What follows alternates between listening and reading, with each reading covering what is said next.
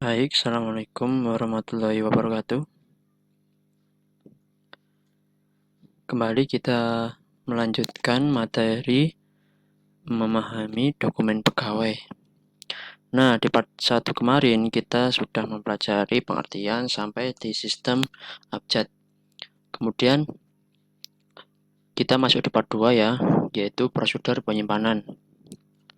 Ya, prosedur penyimpanan arsip ini ada 6. Yang pertama penampungan. Jadi surat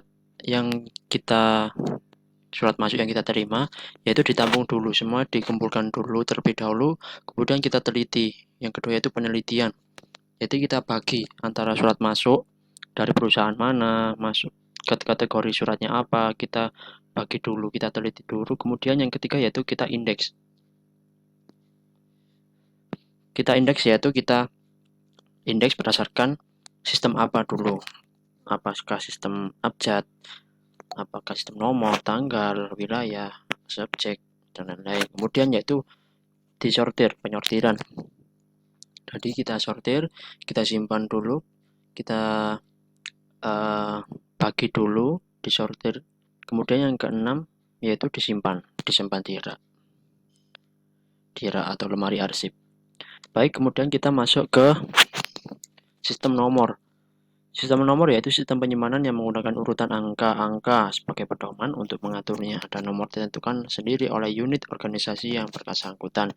Contoh indeksnya yaitu 000 pengetahuan sosial, 010 ekonomi, 011 yaitu akuntansi. Nah, artinya apa? 00 ini pembagian menurut divisi utamanya. Seperti IPS. Ya, disempitkan lagi menjadi 010 yaitu seperti ekonomi, kemudian akuntansi dan lain-lain.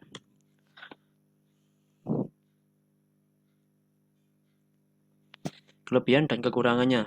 Yang pertama kelebihannya yaitu penyimpanan dapat lebih teliti, cermat, teratur, cepat, dan tepat. Sederhana dan mudah dilaksanakan. Dapat dipakai untuk segala macam surat atau dokumen. Nomor map dapat diperluas tanpa batas. Nah, tanpa batasnya ini semisal kita kategorikan 100 nomornya. 100 menjadi 1000. 1000 jadi 10.000, sangat banyak ya. Tapi kekurangannya lebih banyak waktu dipergunakan untuk mengindeks. Jadi mempunyai banyak waktu mengindeks karena pembagian nomornya sangat banyak. Kemudian banyak map untuk surat-surat beraneka ragam. Dapat menimbulkan kesulitan. Nah, surat-surat ini sangat banyak kategorinya, seperti surat penawaran, surat perdagangan, dan lain-lain. Kemudian perlu ruangan yang luas dan memadai untuk penyimpanan arsip. Nah, jika arsipnya banyak, kita juga memerlukan ruangannya sangat luas tentunya. Nah, itu tidak efektif. Kemudian yaitu kita masuk ke sistem tanggal. Sistem tanggal di sini yaitu penyimpanan berdasarkan urutan tanggal, bulan, dan tahun. Di mana pada umumnya tanggal dijadikan pedoman termasuk diperhatikan dari datangnya surat. Sistem tanggal ini diarsip berdasarkan tanggal surat diterima dan tanggal surat dikirim.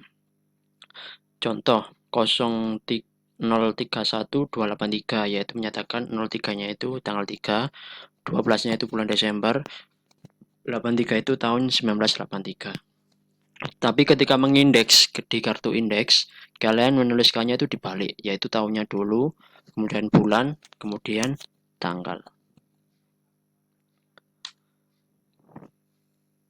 Nah, kelebihan dan kekurangannya. Yang pertama yaitu kelebihannya cocok untuk mengelola kegiatan yang berkaitan dengan tanggal jatuh tempo.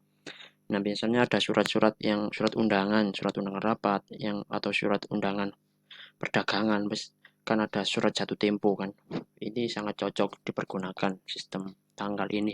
Kemudian sederhana dan mudah diterapkan karena tanpa klasifikasi. Kekurangannya yang pertama yaitu akan terjadi kesulitan dalam penemuan kembali arsip apabila peminjam menyebutkan perihal. Nah, semisal ada orang yang menanyakan mau menanyakan arsip, yaitu berdasarkan perihalnya. Contoh perihalnya surat undangan atau surat penawaran. Tapi disimpannya di sistem tanggal, itu sulit menemukannya seorang arsiparis. Kemudian orang sering lupa karena tanggal surat, terutama tanggal penyimpanan. Tidak semua unit pengolahan dalam organisasi itu cocok menerapkan sistem ini. Nah, untuk menerapkan sistem tanggal ini butuh surat-surat tertentu ya. Kemudian yang selanjutnya ada sistem wilayah. Sistem ini diatur berdasarkan judul, nama wilayah atau daerah. Arsip yang termasuk dalam surat wilayah dihimpun dalam satu berkas. Kemudian, maaf itu salah. Kemudian diurutkan menurut abjad. Abjad yang dipergunakan diambil dari huruf pertama, nama masing-masing wilayah atau daerah, misalnya negara, pulau, provinsi, kota, kabupaten, kecamatan, pulau, ibu kota, provinsi, dan sebagainya. Contoh, negara Indonesia, provinsinya Sumatera, kabupatennya Liot, Muara ini itu ibu kota. Misal ada surat masuk, itu berasal dari kota Madiun.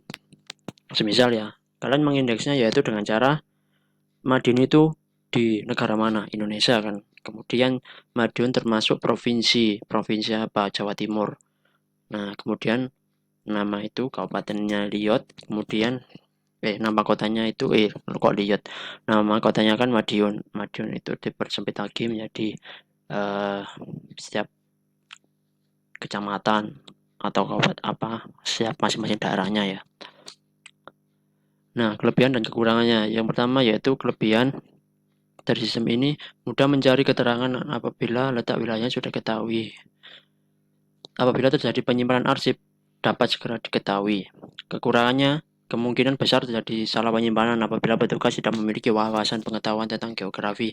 Nah, semisal arsip-arsip ini tidak mengetahui letak atau geografi itu sangat sulit untuk menemukan kembali. Jadi harus banyak informasi yang mengenai daerah-daerah setiap daerah. Kemudian harus mengetahui letak wilayah ini meskipun dalam surat tidak dicantumkan secara lengkap. Jadi walaupun tidak dicantumkan secara lengkap, seorang arsiparis harus mengetahui secara detail letak geografisnya. Kemudian perlu adanya buku petunjuk yang menggambarkan batas-batas wilayah yang menjadi wewenang tanggung jawab masing-masing cabang. Nah, buku petunjuk ini ditujukan untuk sistem ini. Kemudian ada sistem subjek. Sistematikanya penyimpanan adalah sebagai berikut. Pembagian utama menunjukkan lajinya, pembagian pembantu menunjukkan guide-nya, pembagian lanjutan menunjukkan mapnya. Misalnya untuk surat cuti tahunan dapat disimpan pada map dengan judul cuti tahunan. Map tersebut berada di dalam guide cuti dan disimpan pada laci kepegawaian. Nah, ini membutuhkan subjek sendiri-sendiri ya untuk menyimpan sistem subjek ini, sangat rumit sekali.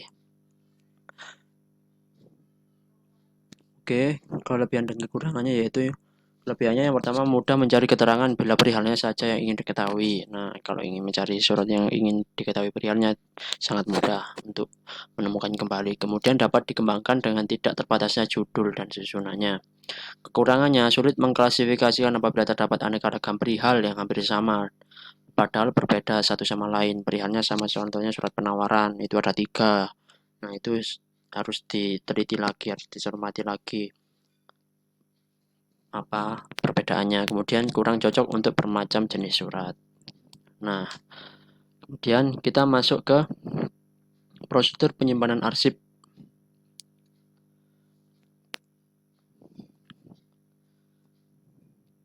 Nah, prosedur penyimpanan arsip ini ada 5.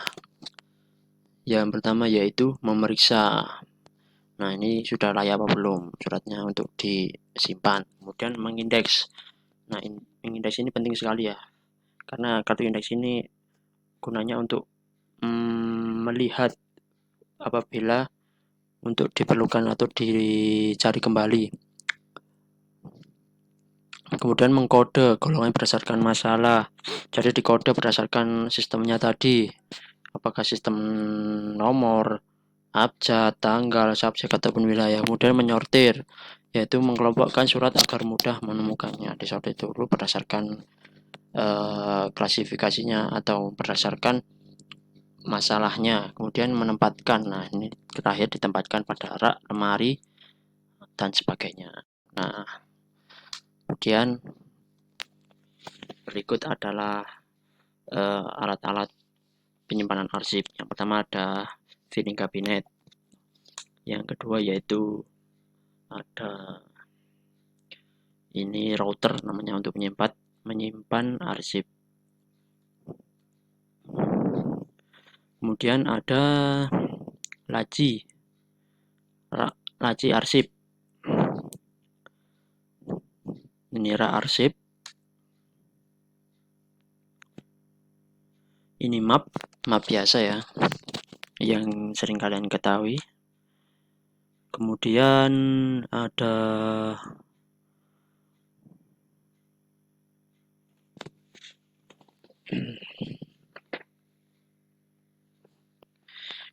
map ini. Kemudian ada perforator. Oh, yang tadi namanya map ordner ya, maaf. Yang ini ada kertas label. Kemudian ada guide untuk memisahkan antar surat. Ada numerator. Kemudian selector.